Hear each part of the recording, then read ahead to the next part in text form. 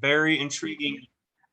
Heard some very good news. I'm wondering if it's true or just a fib, but they said in your class that if you can average above a 92%, that you don't have to take the final. And the only reason I say that is I am swamped. It's going to be a really rough final. So like, I'm just praying to God. That's kind of my little goal, if that's true. Yes, it is. And remember, we talked about it. And when you signed the course contract, there was a little piece at the end. So yes, great thing to bring up. So what you need to have is a 92% exam average, no more than 2 missing assignments. And I forget what the other piece of it is. Shoot, let me bring it up.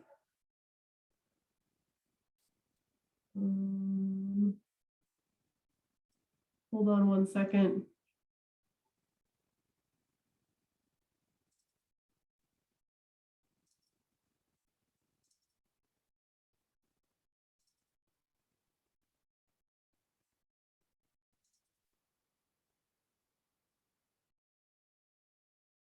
Let me share my screen with you.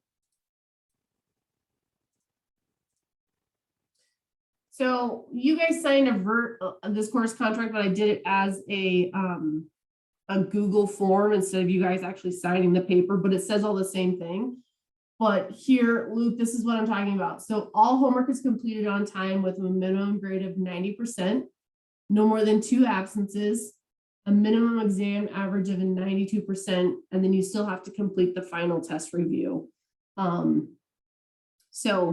And again, the minimum exam average, if not every exam is a 92%, it's, again, I'm averaging all 5 of them together. So that is how you can be exempt from the final.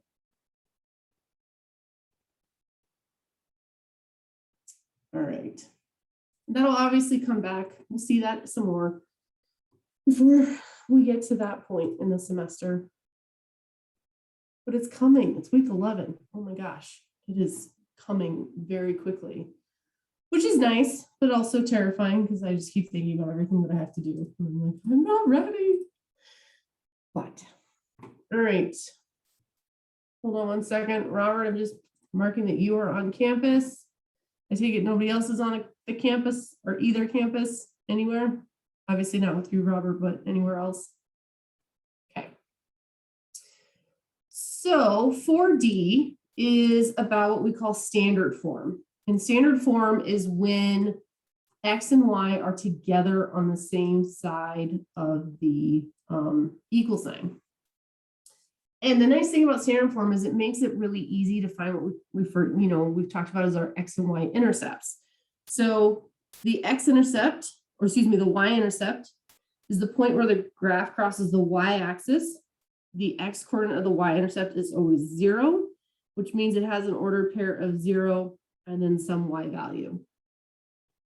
An X-intercept is the point where it crosses the X-axis, and the Y-intercept of the X-intercept is always 0. And so that is an ordered pair where we have some X value and then 0 for Y. So keeping this in mind, we can use these ideas of X and Y being 0 to find the intercepts, which makes it a lot easier for you to graph a line. If you're going to be finding the X and Y intercepts, one way to know if you'll be able to find them easily without dealing with fractions is if this value that they're equal to is divisible by the 2 numbers in front of X and Y.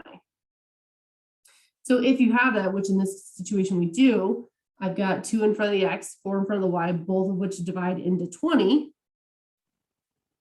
And so we will be able to find nice numbers. There'll be later examples where they don't all divide in. And so then that leads us to have to use one of our other methods for graphing these lines. So first we're going to find the X-intercept. And at the X-intercept, Y equals 0. So what that means is we're going to plug 0 in for Y, giving us 2X plus 4 times 0 equals 20. The beautiful part of this is that it causes that Y term to fall out. So we just get 2X equals 20, which means X equals 10. Remember, X equals 10 when Y equals 0. So that means we have the ordered pair of 10, 0, which is the X-intercept. The second part is we're going to find the y-intercept. And at the y-intercept, x equals 0. So we're going to have 2 times 0 plus 4y equals 20. 2 times 0 is just 0. So we're left with 4y equals 20. Divide both sides by 4, and we get y equals 5. And again, this is an ordered pair because y equals 5 when x equals 0. So that means we have the ordered pair of 0, 5.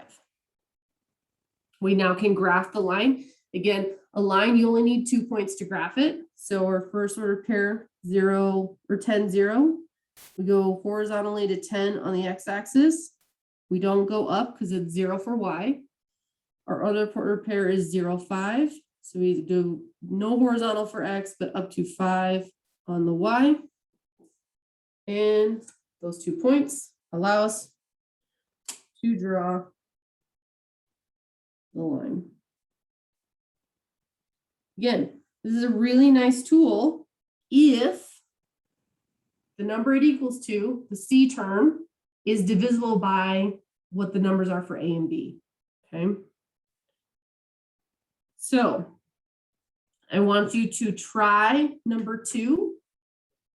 You obviously can't send me your graph, but I do want you to send me your x-intercept and your y-intercept as ordered pairs. So remember, your x-intercept is some number, comma 0, and your y-intercept is 0, comma some number. Here, I'll zoom that out so you can again see what we did for number 1.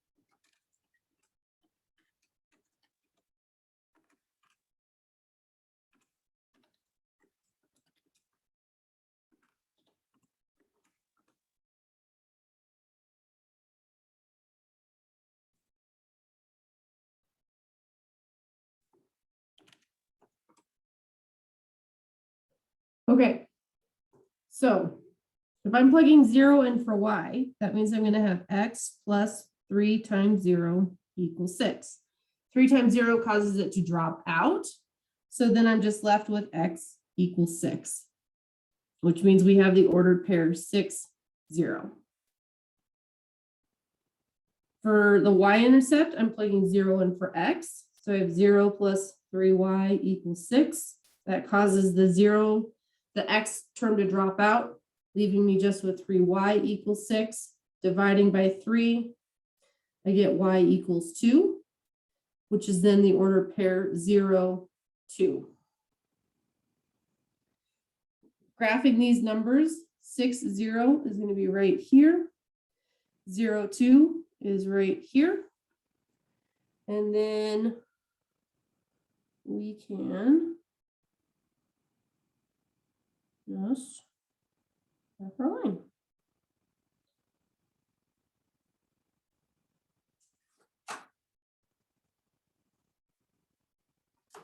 So questions about this before we move forward? Okay, let's try it again. I've got negative x plus 2y equals 8. Remember, negative x is like saying negative 1x plus 2y equals 8. So find your x-intercept, find your y-intercept, and send them to me, please.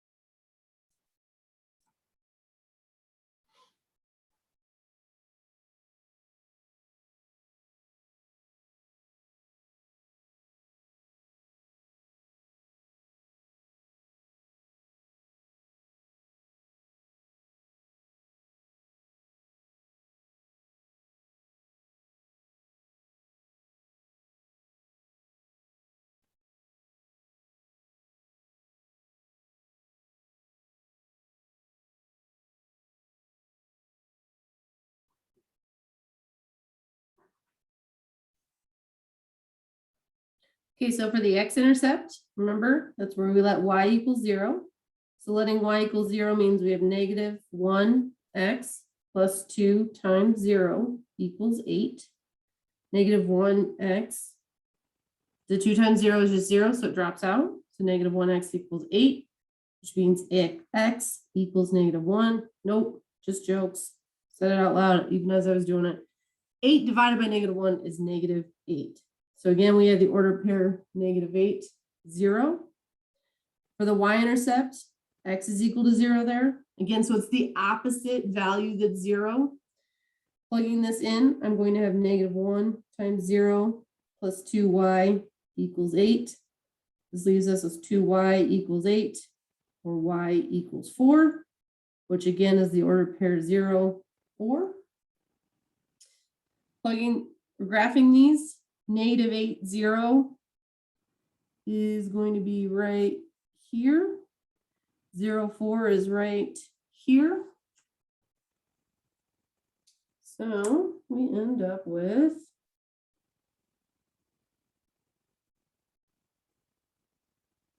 this line.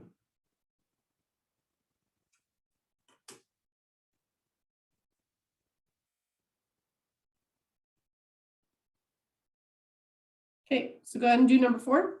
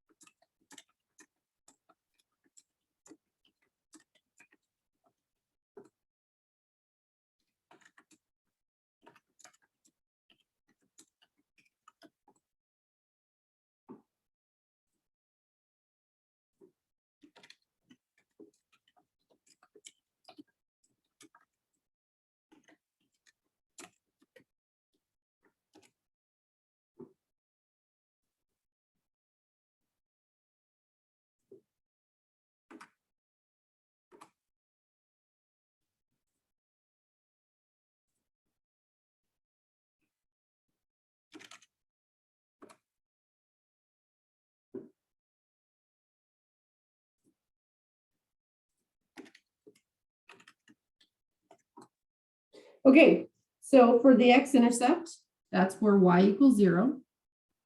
So plugging 0 in for y, I get 2x minus 5 times 0 equals 10. This leaves me with 2x equals 10, dividing by 2, x equals 5, which again, this is the ordered pair of 5, 0. So for the y-intercept, that's now where x equals 0. Plugging 0 in for x, we have 2 times 0 minus 5y equals 10. This just leaves me with negative 5y equals 10. Dividing by negative 5, I get y equals negative 2, which is the order pair 0, negative 2. So 5, 0. So again, we're starting at the origin. We move right to 5 because the y coordinate is 0. We do not move off the x-axis. To plot 0, negative 2, we're going back to the origin. The 0 for the x means we do not move horizontally. The negative 2 for y means I go down to negative 2 for y. And then we graph our line.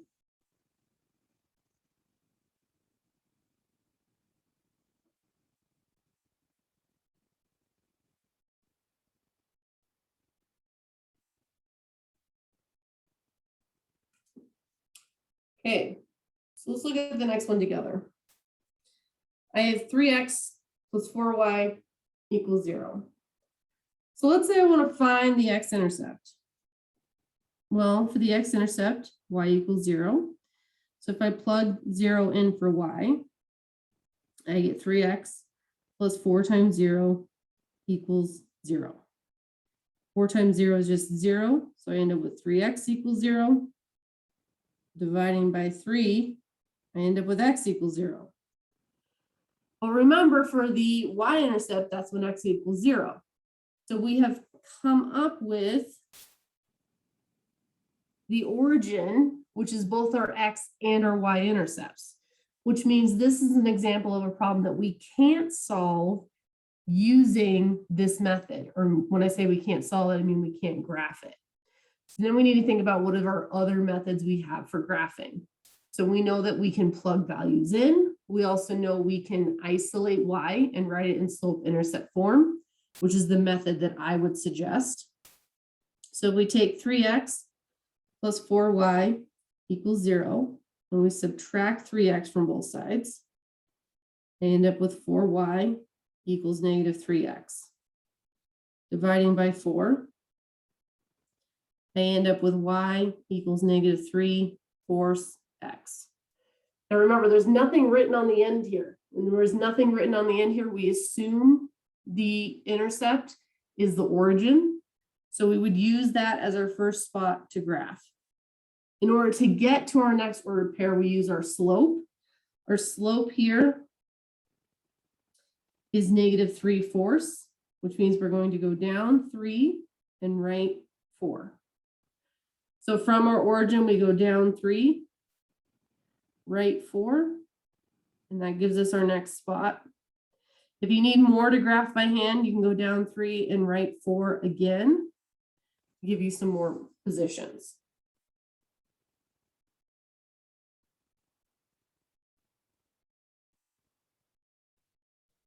So again, it's not always going to work for you that you'll be able to use the x and y intercepts alone to graph the line, which is why we need to remember how to write our equations in slope-intercept form and to pull out that information as well.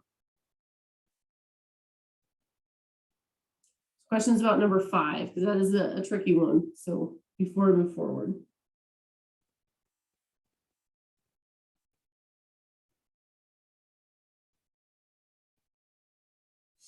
Okay, so number 6 on the next page is kind of a weird one too. So remember how I was telling you that these work really nice when the value c, when I'm talking about c, standard form equations are written as ax plus by equals c, meaning there's some value times x, some value times y, and then it's equal to some number. These work best when c is divisible by a and b. If c is not divisible, you end up with an intercept that's a fraction, or you can get like the last example where both are 0. So here's what I'm talking about. If we find the x-intercept, that's when y equals 0. So I plug 0 in for y, I end up with 3x plus 2 times 0 equals 8, which means we have 3x equals 8, which means x equals 8/3. 8/3 is 2 2/3. That is not an easy point to graph. So what that means is this is another example where finding the x and y intercepts alone is not going to work for us. Instead, this is another example where we want to put it in slope-intercept form and graph the line that way. So we're going to take 3x plus 2y, and we're going to write it in slope-intercept form. Remember, writing in slope-intercept form means we're isolating y. So to isolate y, I will subtract 3x from both sides. So I end up with 2y equals negative 3x plus 8. I will divide by 2. I'm dividing all 3 terms by 2. Because if I do to one side, I have to do it to the other side as well. This gives me negative 3/2 x plus 4. We now have an equation that's in slope-intercept form. So remember, slope-intercept form is y equals mx plus b. So we have our slope that's in front of x. So if I have y equals -3 halves x plus 4, that means my slope is -3 halves, and my y-intercept is the 0.04. Right, this is tying back into what we did last week. So now to be able to graph this, we use our y-intercept and then move to the next point using our slope. So once you go ahead and graph that before I graph it so that you can check your answer against what I have.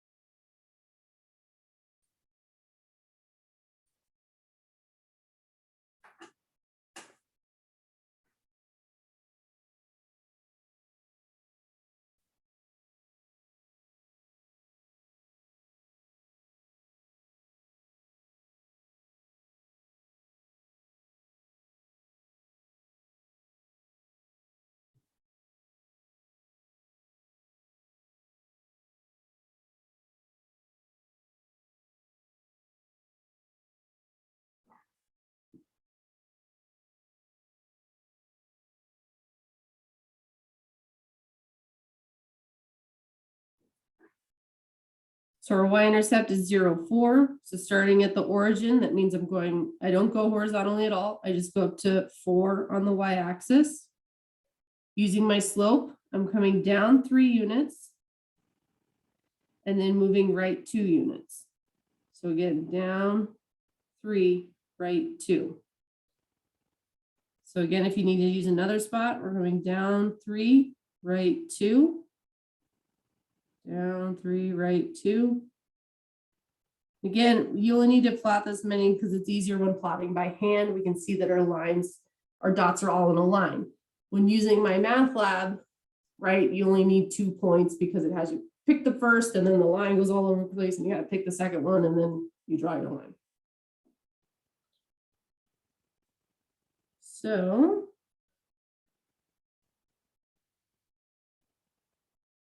there's our line. So of course, we have 2 more weird examples because we have to look at all the possible types of lines we have out there. And we're given number 7 says x equals 4. So x equals 4, remember, is a vertical line. And with this vertical line, all x coordinates are 4. So if I think about where are all the x coordinates 4, well, this point here, 4, 0, that's the x coordinate is 4. And this point here, 4, 1 and 4, 2 and 4, 3 and, oh wait, look, 4, 8. All of these points, the x coordinate is 4. And it's not just the positive order pairs. I can have 4, -1, or 4, -4, or 4, -6, or 7, excuse me, or 4, -10. Again, all of the x coordinates there are 4. And we can see that does in fact give us a vertical line. Because all the x coordinates are just 4, that line is vertical. It is never going to cross the x-axis. Sorry, never going to cross the y-axis.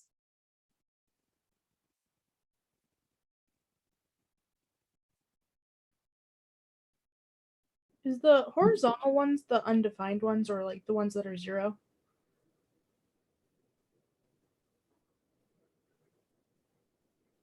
Vertical lines have undefined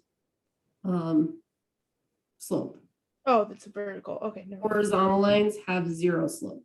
Okay, thank you. Yeah. So because this vertical line is never going to cross the y-axis, that means no y-intercept. The x-intercept, however, is the 0.40. Because we can find it, right? That's it right there.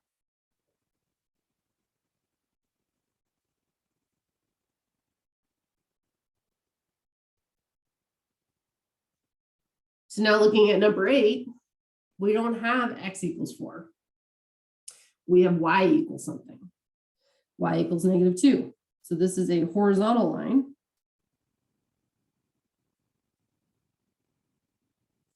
And all y coordinates are -2. So if we look at that right here, we have a y-intercept of -0, -2. We've got this one, and this one, and this one, and this point, and this point, and this point. And again, all of these points where y equals -2, which again gives us a vertical line. Why do I keep saying that? It gives us a horizontal line.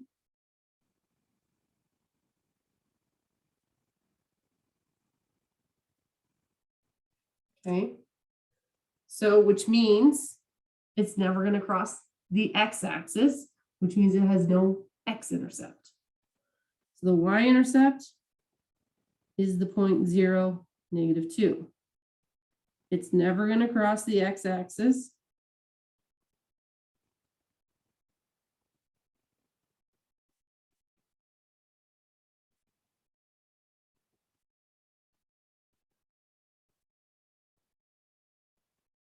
So there's no x-intercept.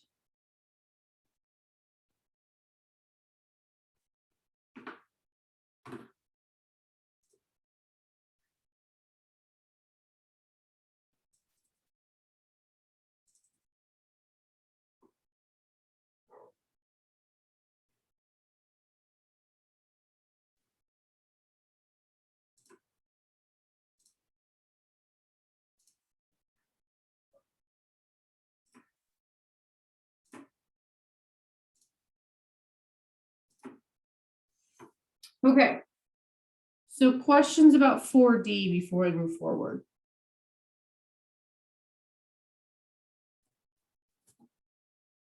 So 4E has to do with something we call linear regression.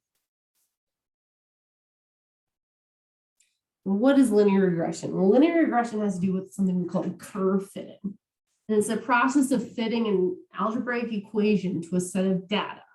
So that set of data didn't come from an equation to begin with. And so we see linear regression in real life.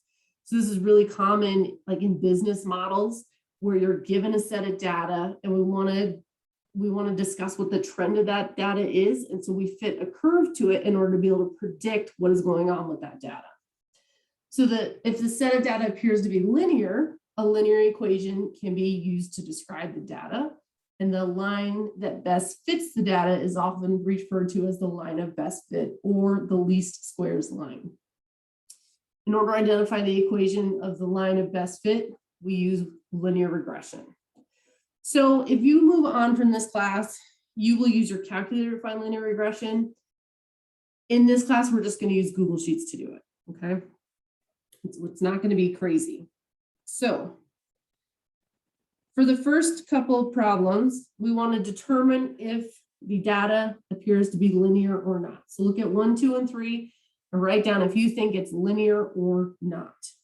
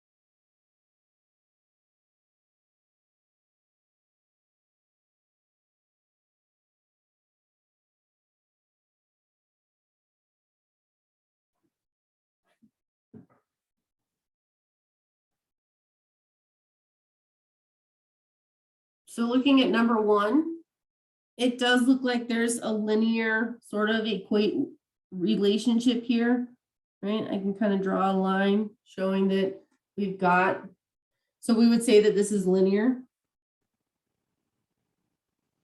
And number two, first of all, that linear trend is negative, right? It has a negative slope because it's going downwards versus coffee sales in number two.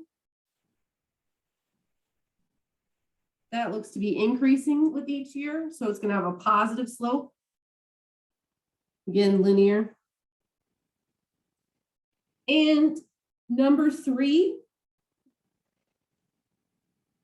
that's really hard to say if it's linear or not. It does kind of look like we've got a linear trend, but then we've got this one value out here in the 6 months since September. So what would that be, March? Is that 6 months since September? October, November, December, January, February, March. Yep, March. March is out here. So that's kind of messing with it. And so I would say it's not linear or weak linear. Weak. Oh my God, Aaron, let's write. Weak linear. So in math, we do have a value that we use that tells us whether or not it's a strong linear correlation or a weak linear correlation. Again, we're not really going to get into that in this class because it's more than we need to talk about. But if we were to graph this and try to insert a line of best fit, and we would then look at something called the correlation coefficient.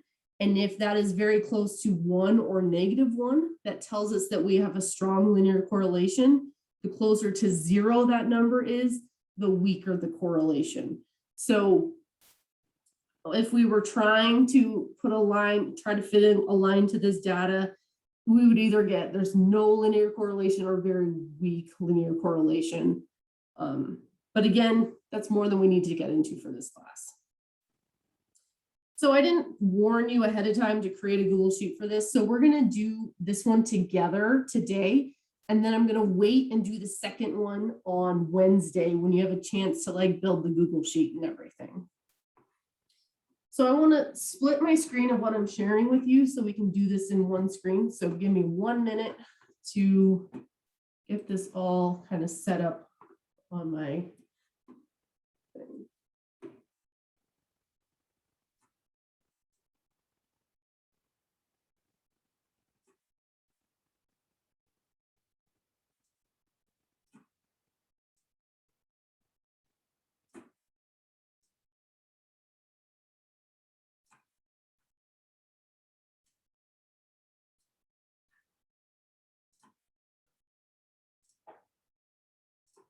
Okay, so in the table shown below, it shows the life expectancy at birth of women who were born in a country in selected years. So in 1960, they had a life expectancy of 73.2, 1970, 74.3, 1980, blah, blah, blah.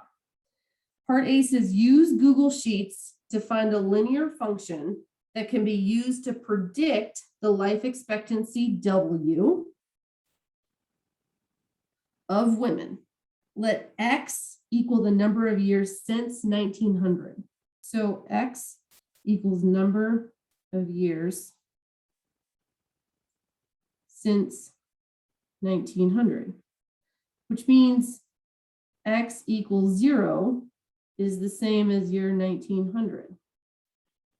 So how does that apply to our table? Well, if we look at 1960, that is 60 years since 1900, which means we are going to use X equals 60 here. And for 1970, X equals 70, 1980, we're going to use 80, 90. So 2000 minus 1900 is going to be 100. Then we get 110 and 113. Your homework is going to use this type of statement quite a bit. So you need to pay attention to that in terms of setting up your model. So what I'm going to do over here in Google Sheets is I'm going to recreate this table. So I'm going to put years since 1900, not 1990, for my first column. And for B, I'm going to do life expectancy. Again, all I'm going to do now is I'm going to copy my table over, but using those 2-digit numbers and not the 4-digit years. So I'm going to have 60, 70, 80, 90, 100, 110, and 113. Okay. If you do not set up your X column properly, it's going to throw off your y-intercept in the model that we're calculating. The other thing I want you to know, the Google Sheets project that you have, the flight project, the process that I'm going through here is what you will be going through in that project, and I will go into that in more steps on Wednesday. So now I can just transfer the life expectancies directly over. So 73.2, 74.3, 77.6, 78.8, 79.2.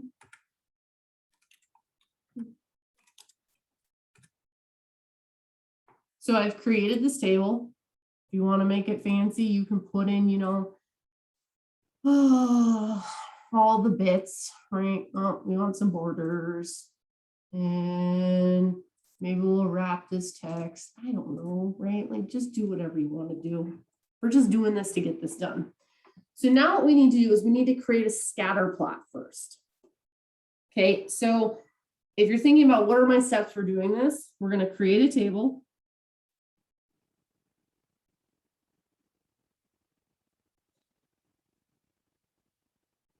Is there an E on the end of create? Yes, no, yes, okay. Create a scatter plot. Any yellow T. Okay. So in order to do that, we're going to just click our mouse key on A1, hold it, drag right until B1, and then drag down until all of our data is selected.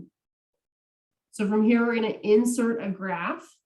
So I'm going to go up to insert, and I'm going to choose a chart.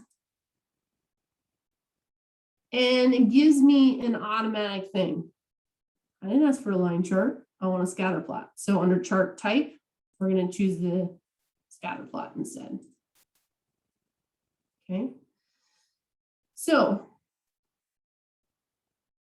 well, I've got, let me make this littler because we need more room on this bad boy to see everything we want to do. Okay. So here's my, we now want to go over to the customize. So first of all, we created a scatter plot. We're now going to put in a trend line. And so under series, we're going to scroll down until we get trend line. And then we want to put use equation under the label. So in your graph, in your scatter plot, insert trend line.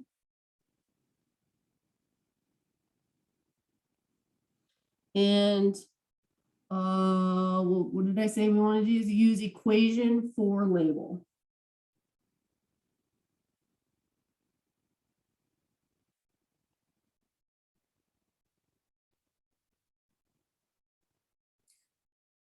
So that's all you got to do in there. If you're getting the wrong equation, check under the horizontal axis. So under axis titles, if we look under horizontal axis, is it axis title? No, sorry. There we go. Under horizontal axis, if you're having an issue with it, it should be here under. No. changed it. I guess they fixed it because there used to be a thing that you had to check, treat labels as text. And that was causing it to, but it looks like it's working okay. When you go to do this one on your own, because I would suggest doing this one on your own, make sure that you get the equation that we're going to get right here when you do it yourself. Okay. All right. So we don't need anything else in here. So now that we've got this done, I can pull up this bad boy. And we can use this equation right here. So first of all, they want the life expectancy W. And so looking at this equation, we get 0.156x plus 64.1. So let's break down the parts of this equation. First of all, the number in front of x is our slope. The value adding on the end is the y-intercept. So remember, when x is 0, that equated to the year 1900. So our average is saying that our life expectancy in 1900 was 64.1. When we look at our slope, that is an increase in our, this is going to sound weird, years per year. And what I'm saying, it's an increase in the life expectancy per year. So the slope is life expectancy increase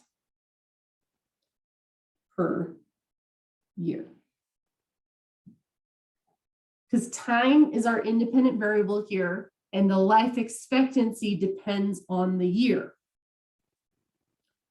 So this is our linear function that Google is giving us. So then we want to predict the life expectancy of a woman born in 2020 using the equation found in part A. So 2020, what do we want to put in for X? Well, how many years since 1900 was 2020? So we're going to do 2020 minus 1900, giving us 120 years. So that means we're going to plug 120 in for X.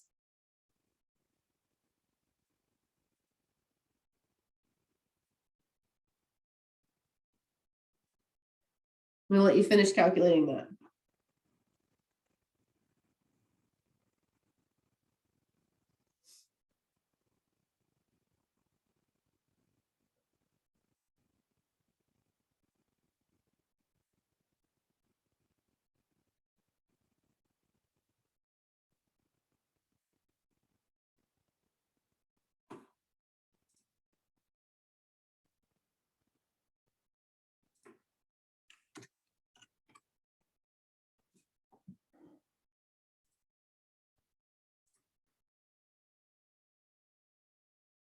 So when we calculate it, we end up with 82.82 years.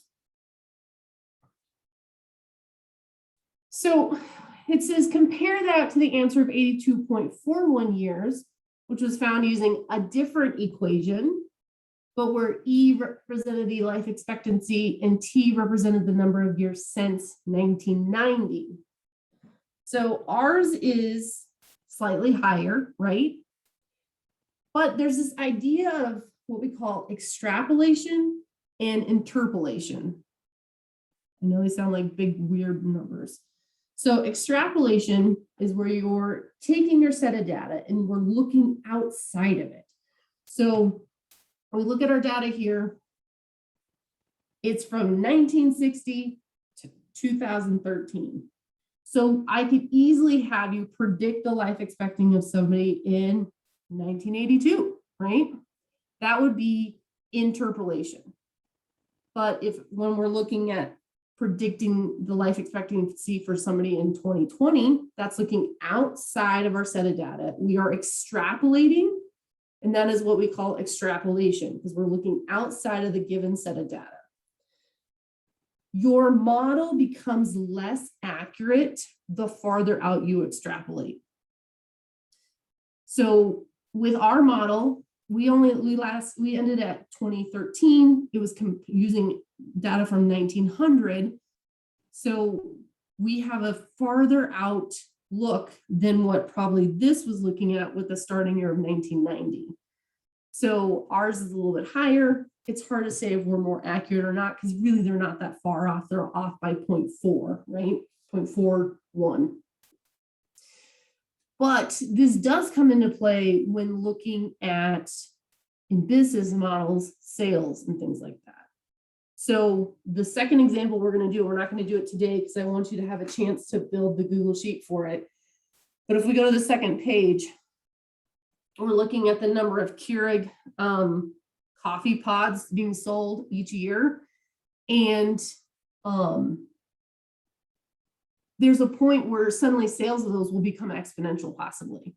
So within our set of data, we can say, yes, it has a linear relationship, but possibly if we look too far out, our model won't fit our data anymore because the sales have become exponential. In Math 115, I use Facebook data in terms of looking at the number of users. And at the beginning, it was more linear. And then if you were to plot it out, you suddenly see this huge increase where Facebook becomes even more popular. I'm talking about Facebook like when I was in college.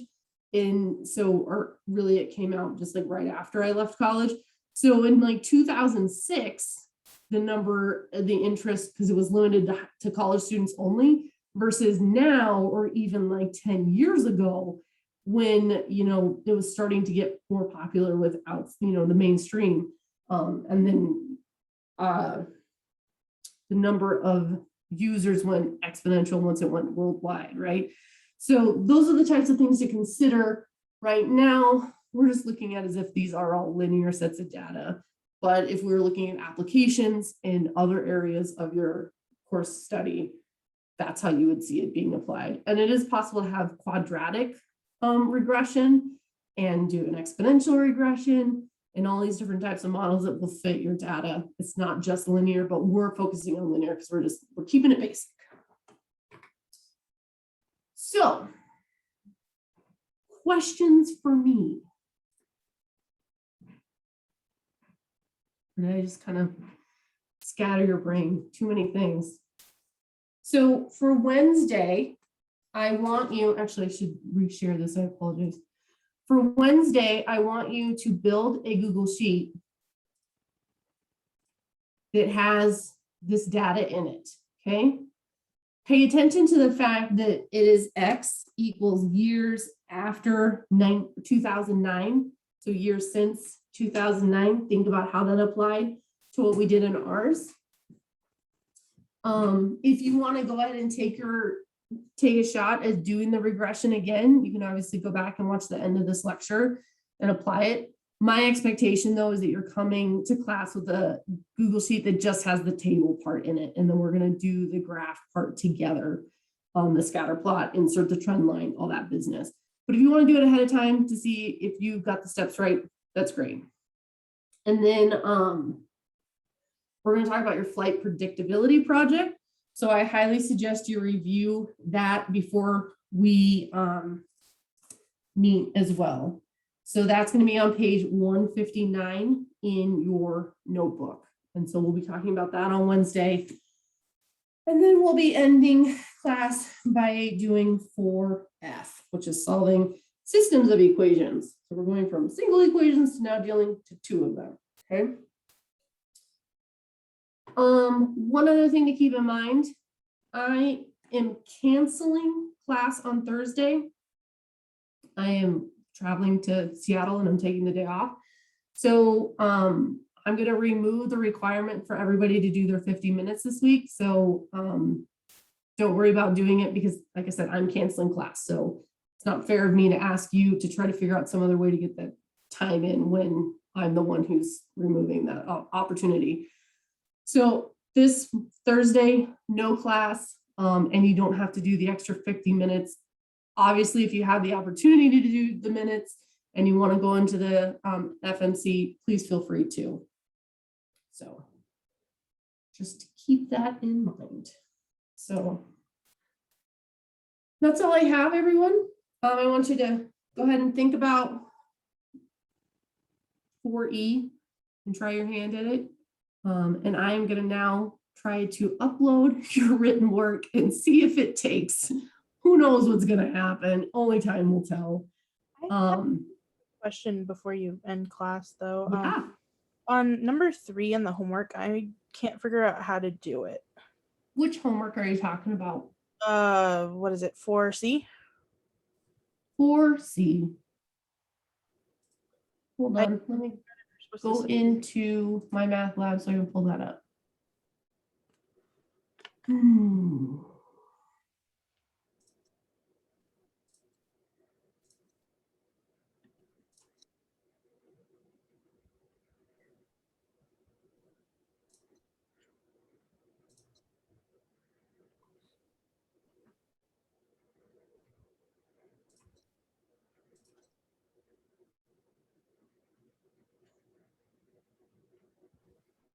Okay, so let me share my example with you and you can tell me if this is what Okay. it's saying. Something, you might have different numbers. So the following situation can be modeled with a linear function. Write the function for the, and use it to answer the questions. So you can rent time on computers at the local copy center for a $9 setup charge and then additional $1.50 for every 5 minutes. How much time can be rented for $23? It's an interesting question. So let me get a blank page and we will share all of it. See if we can make this thing go smaller. Okay, so $9 setup charge.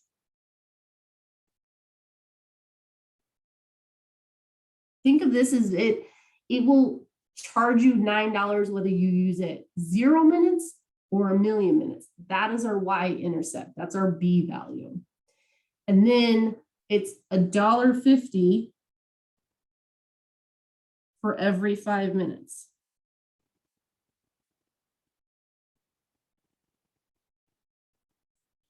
So that means we're thinking about our X in 5-minute intervals.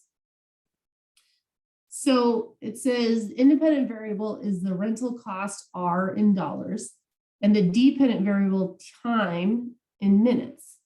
The linear function that models this situation is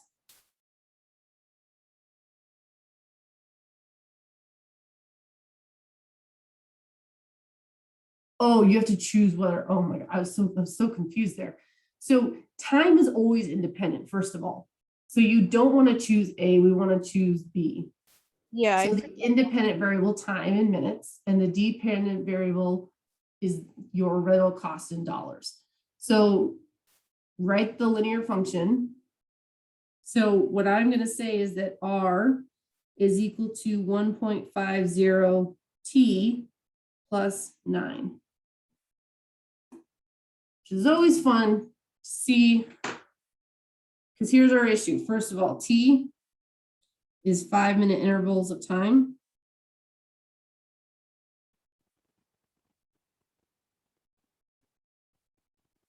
Which means T equals 1 is really 5 minutes and T equals 2 is 10 minutes.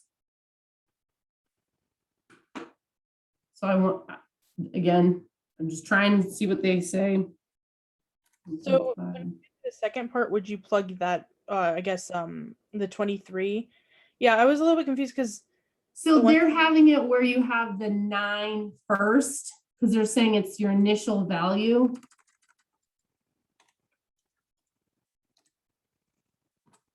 And then rate of change.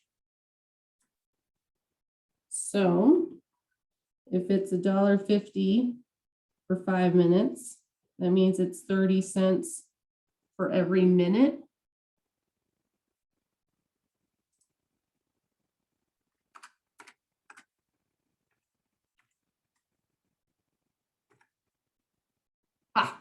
So they do want you to convert it that way. So hypothetically, because I have $1.75 for every 5 minutes. Right. So we would do 1.75 divided by 5. So you would have a 0.35 instead of my 0.30. And So then then you, to solve the second portion of this, so let's fix our equation. Make it work how they want. 9 plus 0.30t. So since we converted this, these t values are no longer true because we're not doing it in 5-minute intervals anymore. This is your price per minute. So it says how many minutes can be rented for $23. That means we're going to put 23 in for R.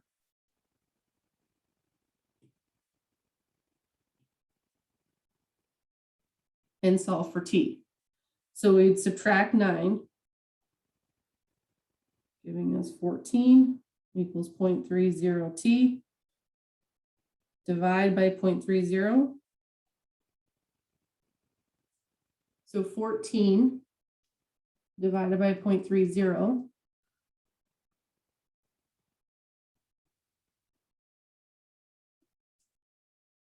We get t equals 46.6 repeated minutes. But if we pay attention to this little business down here, round to the nearest minute as needed, we would say, well, this is going to be a pain in the butt. So the math teacher in me goes, well, you can't do 47 minutes because it's going to cost more than $23. So no matter what, you would want to round down here. The person who knows how silly this works is going to say they probably want 47. And yeah, because they're not even thinking about it in terms of real and actuality of, you wouldn't want to round up because again, you'd end up paying more. But because they're just looking at 46.6 rounds to 47, and then that's, what the answer is. And say a linear model is reasonable for the situation because we can write it as a linear model. Does that help, Liz? Yeah. Okay. What other questions, everyone? On the beginning of those assignments, I think I kind of found out it was tripping me up for some reason, putting in the 0 for like the Y's and X's. Again, maybe it's just the way my brain looks at this, but just by taking 8 divided by 2, instead of like typing out, and I just always wonder, that's going to come back and bite me in the butt for not always punching in the full equation, if you will, I guess,